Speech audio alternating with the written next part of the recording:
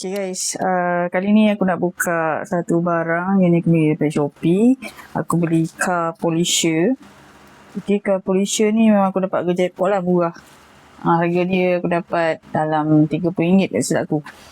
Actually baru-baru ni car polisher ni dia viral lah dekat TikTok. So aku beli kat Shopee, aku cari kat Shopee kan. Nampaknya Shopee lagi murah, so aku dapat harga jackpot tu aku rembat dan sampai bila dah lama dah ni sampai actually. Hari tu lagi dah sampai 3.5. Ni baru aku nak buka. So macam biasa kita akan buka waktu kita tengok macam mana lah. Lepas tu untuk test car polisher ni mungkin next video lah baru aku share korang. Okay, let's go kita buka car polisher ni. Kita tengok apa yang ada kat dalam. Aku dapat harga RM30 seporsi kan. Murah. And jackpot. Let's go.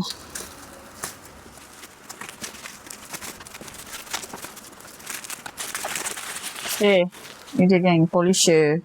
Okay, ni kotak dia macam ni lah. Yang viral macam ni aku tengok dekat TikTok. Ni. Okay, ni dia.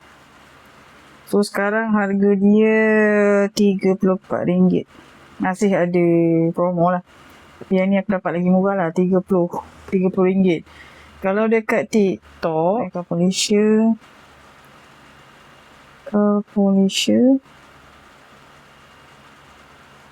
Okay, harga dia kalau brand Dharma tu mahal lah. Yang ni pun ada flash sale lah, nampak RM30. Okay, ada yang 40 lebih. Tengok lah. Kita tengok pada brand kot. Okay, so yang ni aku dapat 30 je kat Shopee sekali shipping. Okay, jom kita buka tengok apa yang ada dalam kotak. Okay, so dalam dia ada bagi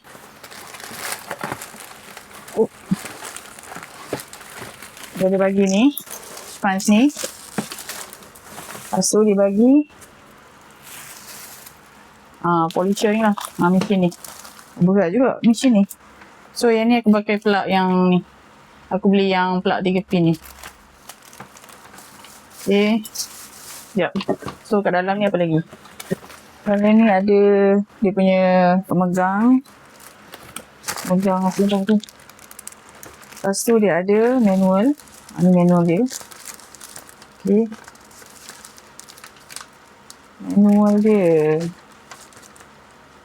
Ni general safety rules.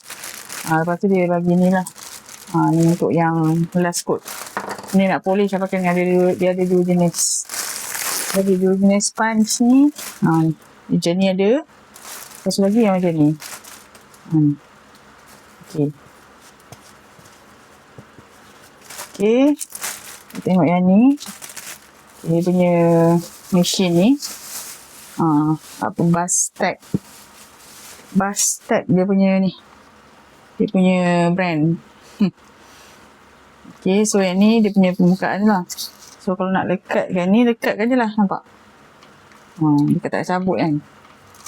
Dia macam ada barcode tape kat sini. Okay.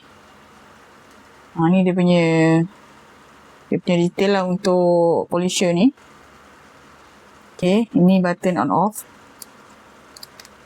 Okay, kita try on. Tak boleh ke tak? Dia ada polisher ni, ada jenis yang pakai bateri. Aku tak boleh pakai bateri sebab bateri mesti nak banyak kan. Kena beli banyak. Sekejap. Okay, so kalau nak on ni je lah. Kan? Ni.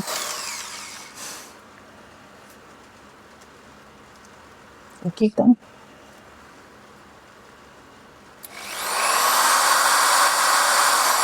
Dia kalau kuat lagi, kau tekan ni. So kalau nak slow macam ni je lah, tekan sikit. Macam ni.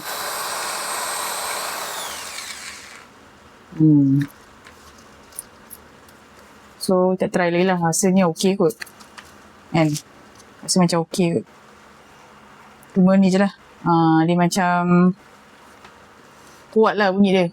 Memang kuat bunyi dia. Okay. Kalau kau tekan lagi kuat lah bunyi dia. Bising sikit bunyi dia. Okay.